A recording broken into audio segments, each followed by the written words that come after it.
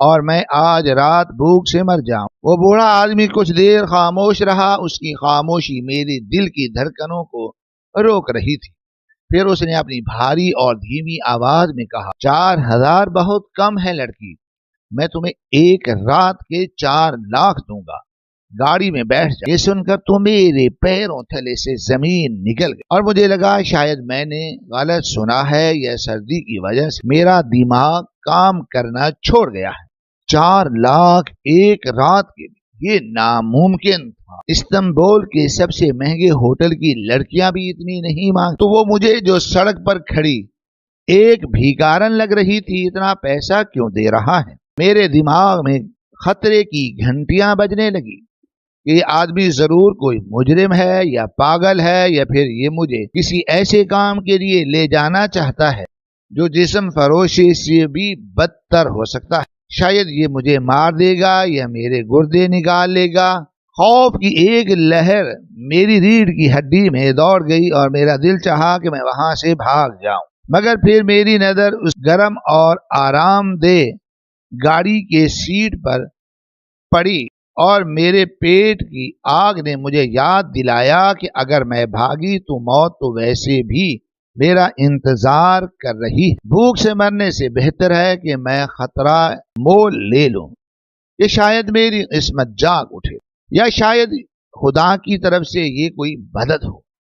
میں نے ایک لمحے کے لیے آنکھیں بند کی اور اپنا سب کچھ قسمت کے حوالے کرتے ہوئے گاڑی کا دروازہ کھولا اور اندر بیٹھ گئے۔ گاڑی کا دروازہ بند ہوتے ہی باہر کی دنیا کا شور اور سردی ختم ہو گئی اور میں ایک الگ دنیا میں آ گئی جہاں خاموشی اور گرمائش تھی۔ ڈرائیور نے گاڑی چلا دی اور میں سکڑ کر دروازے کے ساتھ ٹیک لگا کر بیٹھ گئی تاکہ اس اجنبی آدمی سے زیادہ دور رہ سکوں۔ وہ آدمی بالکل خاموش تھا، اس نے مجھے چھونے کی بھی کوشش نہیں کی، بس کھڑکی سے باہر دیکھتا رہا۔ سفر طویل ہوتا گیا اور ہم شہر کی روشن گلیوں سے نکل کر ویران اور سنسان راستوں پر آ گئے جہاں سڑک کے دونوں طرف گھنے درخت تھے اور اندھیرا گہرا ہوتا جا رہا تھا۔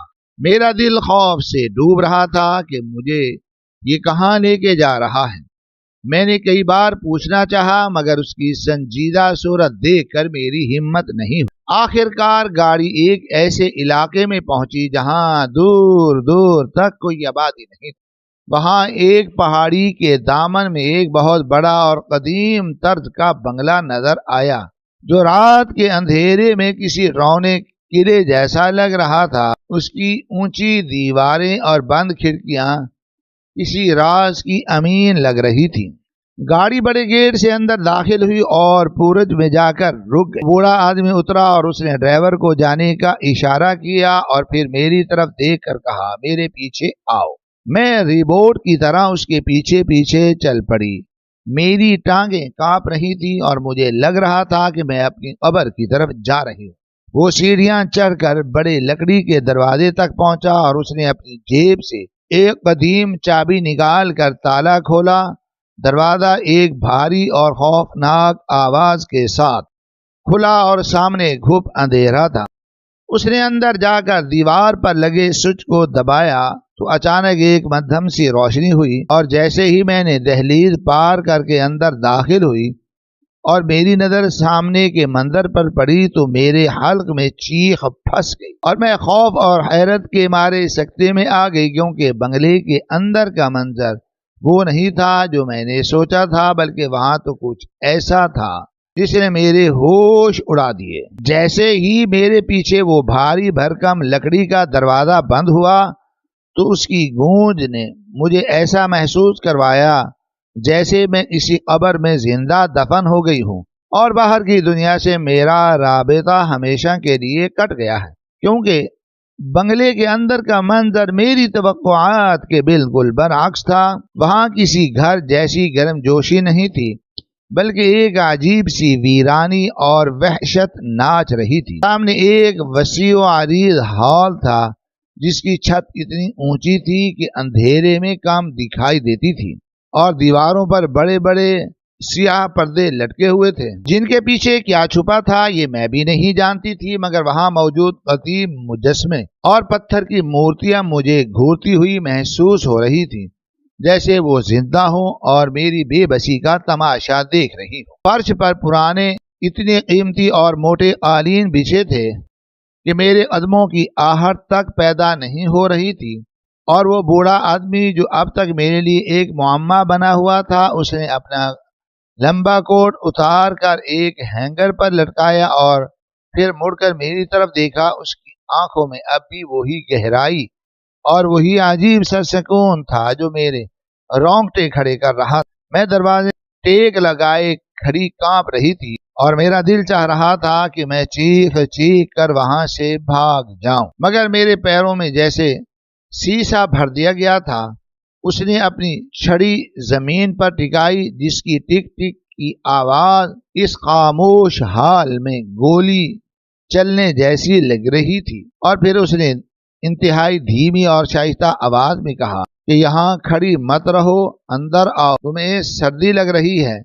میں سہمے ہوئے قدموں کے ساتھ اس کے پیچھے وہ مجھے ہال کے دوسرے کونے میں موجود ایک ڈائننگ ٹیبل کی طرف لے گیا جو اتنا لمبا تھا کہ اس پر 20 لوگ بیٹھ سکتے تھے، مگر وہاں صرف 2 کرسیاں تھیں، ایک سرے پر اور ایک اس کے دائیں جانب۔ اس نے مجھے بیٹھنے کا اشارہ کیا اور خود صدر نشست پر بیٹھ گیا۔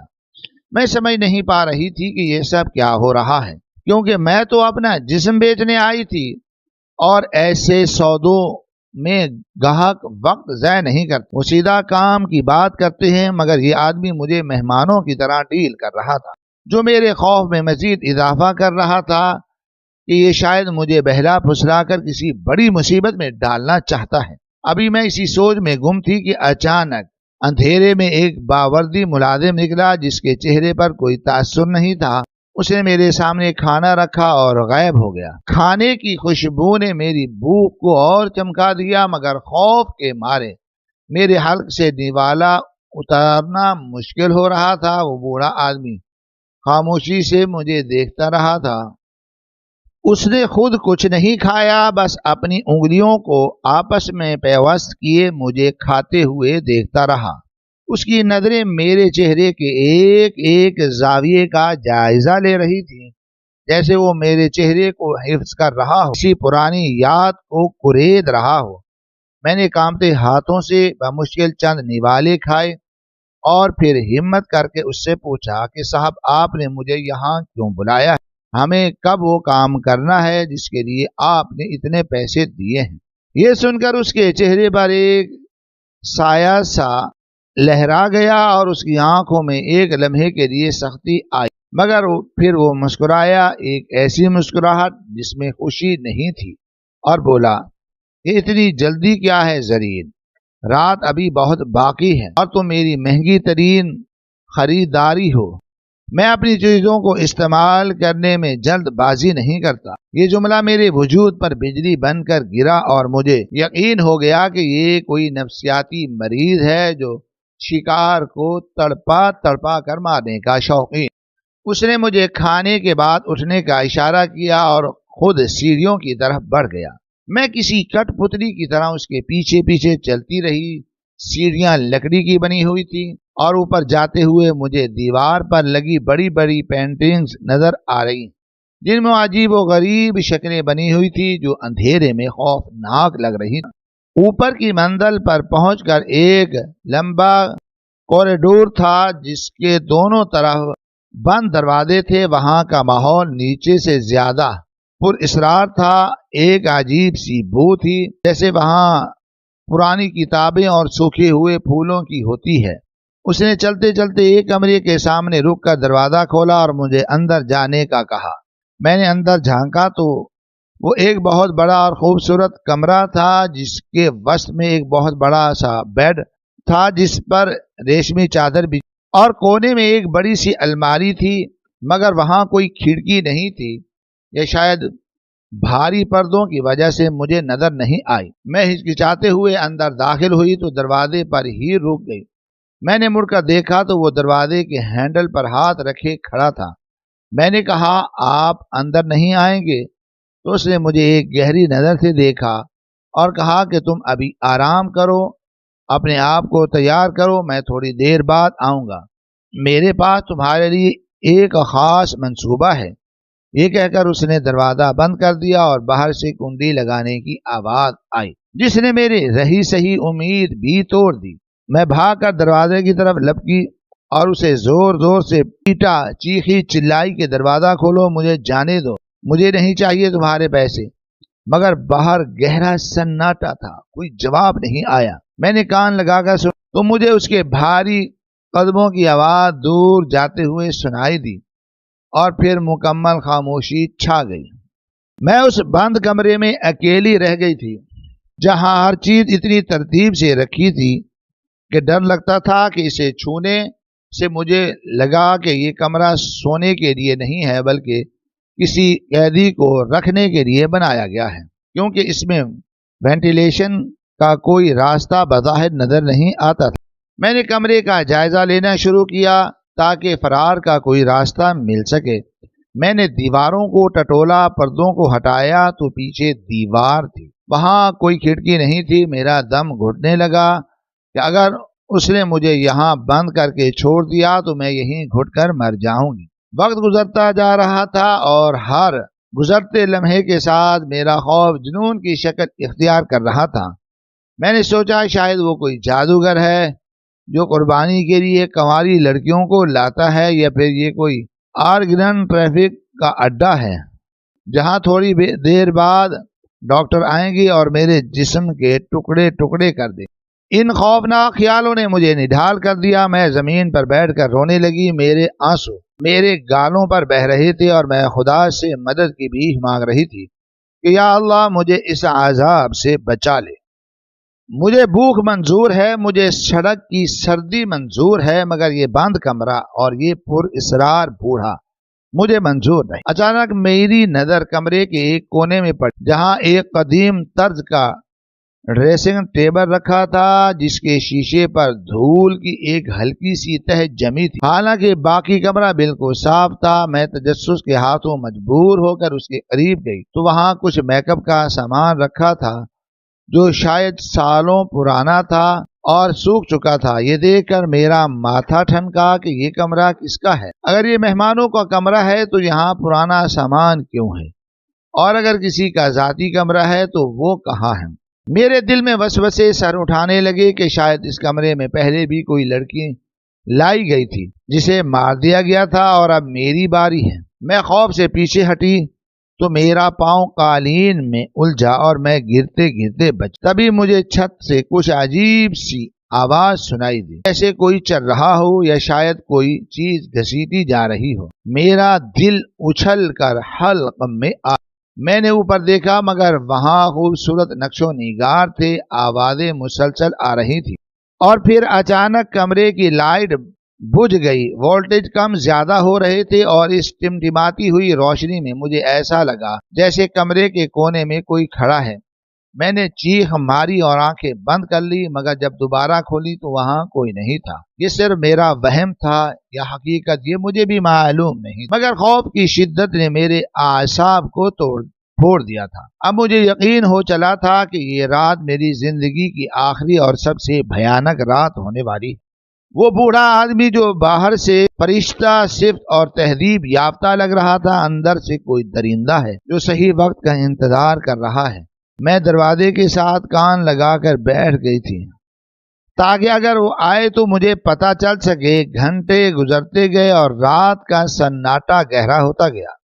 بنگلے کے اندر ایک قبرستان جیسی خاموشی تھی جو کبھی کبھی ہوا کے چلنے سے کھڑکھڑانے والی کھڑکیوں کی آواز سے ٹوٹتی تھی، اور ہر آواز پر میرا دل بند ہونے لگتا تھا کہ وہ کیا ہے۔